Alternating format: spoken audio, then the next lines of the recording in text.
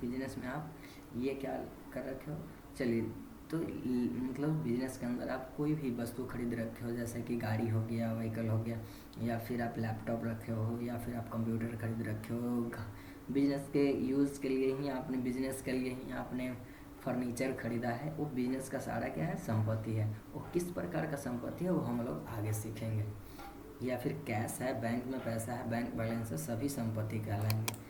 उसके बाद समझेंगे लायबिलिटी किसे कहेंगे। तो बिजनेस के ऊपर जो भी कर्ज है उसको हम लोग लायबिलिटी कहेंगे। बिजनेस के अंदर किसी भी प्रकार का कर्ज है, सपोज आप कैसा कर्ज हो सकता है, तो कर्ज बहुत प्रकार के होते हैं, सभी को अभी एक्सप्लेन करना संभव नहीं, लेकिन आगे मैं एक एक करके कंप्लीट कराऊंगा। जैसे देखेंगे, कहीं से आप मान लो परचेजर से, सैंडी क्रेडिटर से, आप कहीं से कोई सप्लायर से कोई सामान खरीद कर उधार में ले आए, कल को आपको उससे पैसा रिटर्न करना है, तो वैसा कर्ज जिसे आपको फिर रिटर्न करना है तो आपके ऊपर, बिजनेस के ऊपर लायबिलिटी माना जाएगा। उसके बाद कैपिटल किसे कहेंगे, तो बिजनेस के मालिक को हम लोग कैपिटल के नाम से जानेंगे। यानी कैपिटल किसे कहेंगे, बिजनेस के मालिक को। बिजनेस के मालिक जब भी बिजनेस के अंदर पैसा निवेश करेगा तो उसको हम लोग कैपिटल अकाउंट में डालेंगे। या फिर बिजनेस से विड्रॉवल भी होगा तो भी हम लोग उसका जो है विड्रॉवल अकाउंट कैपिटल अकाउंट में ही डालेंगे। इस प्रकार से हम लोग कंपनी के अकाउंट को समझते हैं। चलिए, फिर अगला जो आपका जो है, इसको भी आप एक एक करके नोट कर लेंगे सभी का परिभाषा। उसके बाद मैं प्रयास करूँगा नेक्स्ट टॉपिक के लिए। आगे देखेंगे सैंड्री डेब्टर्स करके आ रहा है, सॉरी डेब्टर्स है। डेब्टर्स क्या है, तो debtors the person who has once amount of business, जो भी वैसा पैसा जो कोई वस्तु बेचने के अगेंस्ट आपके बिजनेस के अंदर अगर पैसा रिसीव कर रहे हैं, जिस व्यक्ति से आप रिसीव कर रहे हैं वो आपका डेब्टर्स होता है। जो व्यक्ति आपसे पैसा लेगा, आप किसी व्यक्ति को पेमेंट कर रहे हो, उस केस में आपके लिए वो व्यक्ति क्रेडिटर्स माना जाता है। उसके बाद है डेबिट। जब भी लिखता है the receive aspect of transaction is called debit, short में डीआर बोलता है। जब भी आप पैसा रिसीव करते हो, जिस अकाउंट से पैसा रिसीव करते हो, तो उस अकाउंट को, जैसे सपोज आप किसी मजदूर को पैसा पेमेंट कर रहे हो, ठीक है, और एक ट्रांजैक्शन आप समझ रहे हो कि किसी इंश्योरेंस कंपनी से आप इंश्योरेंस का जो पैसा वो रिसीव कर रहे हो, उस केस में क्या करोगे, तो इंश्योरेंस में आपने कैश को रिसीव करा तो कैश को डेबिट करेंगे और इंश्योरेंस को क्रेडिट करेंगे।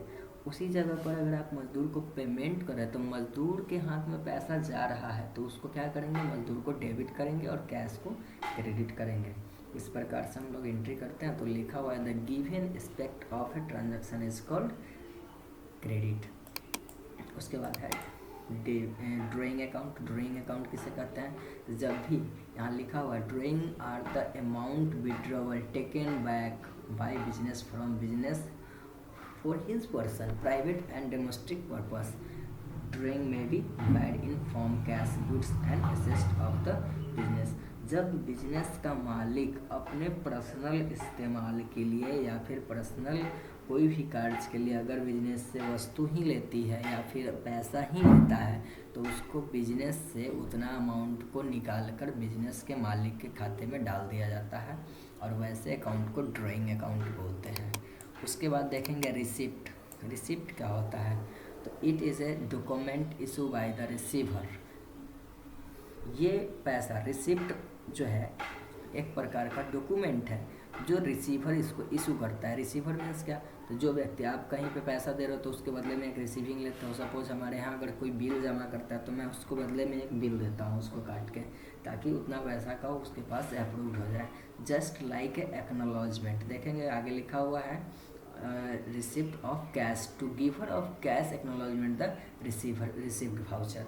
आप इस वाउचर को कब काट के देते हो, जब आप कभी भी आपसे कोई पैसा जमा करने आता है तो उसको आप एक रिसीविंग देते हैं, ताकि इनके फ्यूचर में उसके पास एक डॉक्यूमेंट के रूप में, लिखित दस्तावेज के रूप में उसके पास एक डॉक्यूमेंट रहे।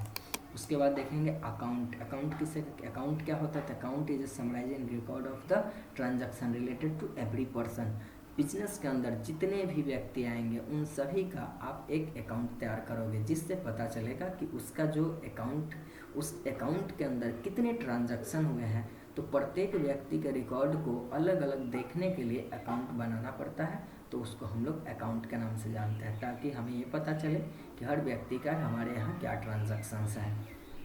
Everything of property and every types of service, उसका हर चीज़ हम लोग देख सकते हैं अगर अकाउंट रहेगा तो। उसके बाद लेजर क्या है, तो the book of final entry where accounts lie, ये लेजर से ही हमें पता चलेगा, लेजर से ही हमें हर अकाउंट के बारे में पता चल जाता है कि वो जो है किस व्यक्ति का अकाउंट है और उसके अंदर क्या ट्रांजैक्शन हो रहा है। उसके बाद देखेंगे आगे लिखा हो journal entry, A daily record of transaction. Journal entry क्या होता है, तो जो वैसा बुक जिसके अंदर प्रतिदिन आप क्या करते हो, कुछ ना कुछ रिकॉर्ड करते चले जाते हो। जैसे कि कोई व्यक्ति आया आपसे 500 रुपया ले गया, फिर भी आपने लिखा। कोई व्यक्ति आया 1000 रुपया दिया, आपने लिखा। कोई व्यक्ति आया आपसे कोई सामान खरीद कर ले गया, आपने नोट करा। आप देखते होंगे रोजनामचा एक कैश बुक होता है, उसमें आप डेली मेंटेन करते रहते हो कितना सामान बिका, इतना सामान बिका, इतना सामान बिका। ये सारा जो है इसको जर्नल एंट्री कहते हैं, कि जिसमें हर एक प्रकार का एंट्री मिल जाए। उसका ट्रायल बैलेंस क्या है, तो लिखा हुआ है it is a statement of all ledger account balance prepare at the end of particular period to verify accuracy of the intermediate books of account. इसको बुक्स ऑफ अकाउंट के नाम से भी जानता है। और ये ट्रायल बैलेंस क्या होता है, तो जब आप लेजर तैयार करते हो तो आपके पास ये पता चलता है कि भाई सैंड्री क्रेडिट है। और लेजर में क्या होता है, अकाउंट में क्या होता है, अकाउंट में आप एक एक व्यक्ति का अलग अलग होता है, लेजर में तो ग्रुप अलग अलग हो जाता है। फिर ट्रायल बैलेंस में क्या होता है, तो ग्रुप का जो समरी है कि भाई सेंट्री क्रेडिटर्स में कितना है, सेंट्री डेबिटर्स में कितना लेना है देना है।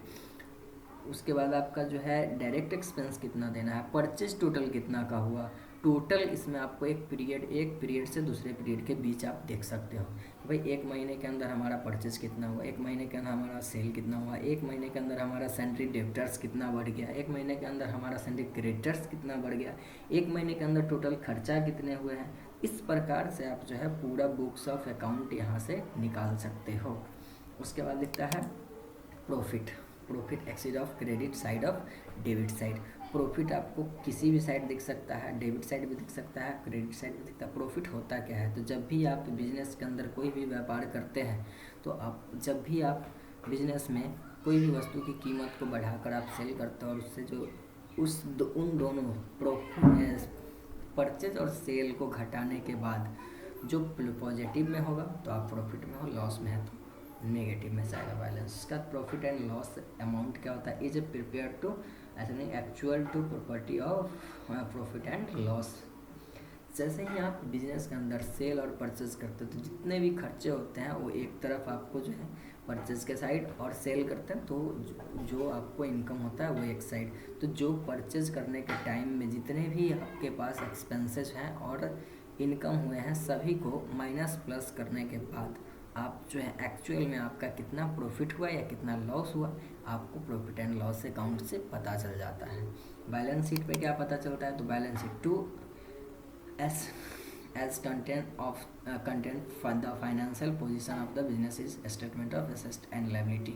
ये आपको बैलेंस शीट आपको ये बताती है कि आपके बिजनेस के अंदर आपका जो पोजीशन है बिजनेस का वो कैसा चल रहा है। आपका स्टेटमेंट पता चल जाता है कि आपके पास कितनी की संपत्ति है और कितने की लायबिलिटी है, जिससे आप पता कर पाएंगे कि आपको बिजनेस आपका फ़ायदेमंद है या फिर आपका नुकसान है। दोस्तों अभी तक हम लोगों ने इतना सारा कुछ सीखा है, उसके बाद आगे हम लोगों को और भी देखने हैं क्लासिफिकेशन ऑफ अकाउंट्स। देखेंगे बिजनेस के अंदर जो है अकाउंट्स, जब हम लोग अकाउंट्स की बात करते हैं तो अकाउंट जो है कितने भागों में वर्गीकृत किया गया है। अकाउंट को जो है मुख्यतः 3 भागों में वर्गीकृत किया गया है, लेकिन हम लोग उन 3 भागों के अलावा भी समझेंगे। चलिए ध्यान देंगे मुख्यतः अकाउंट कितने भाग के हैं, चलिए थोड़ा सा समझेंगे।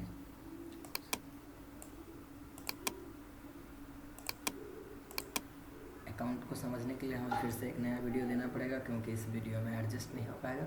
दोस्तों धन्यवाद, आज के लिए इतना ही, फिर अगले वीडियो को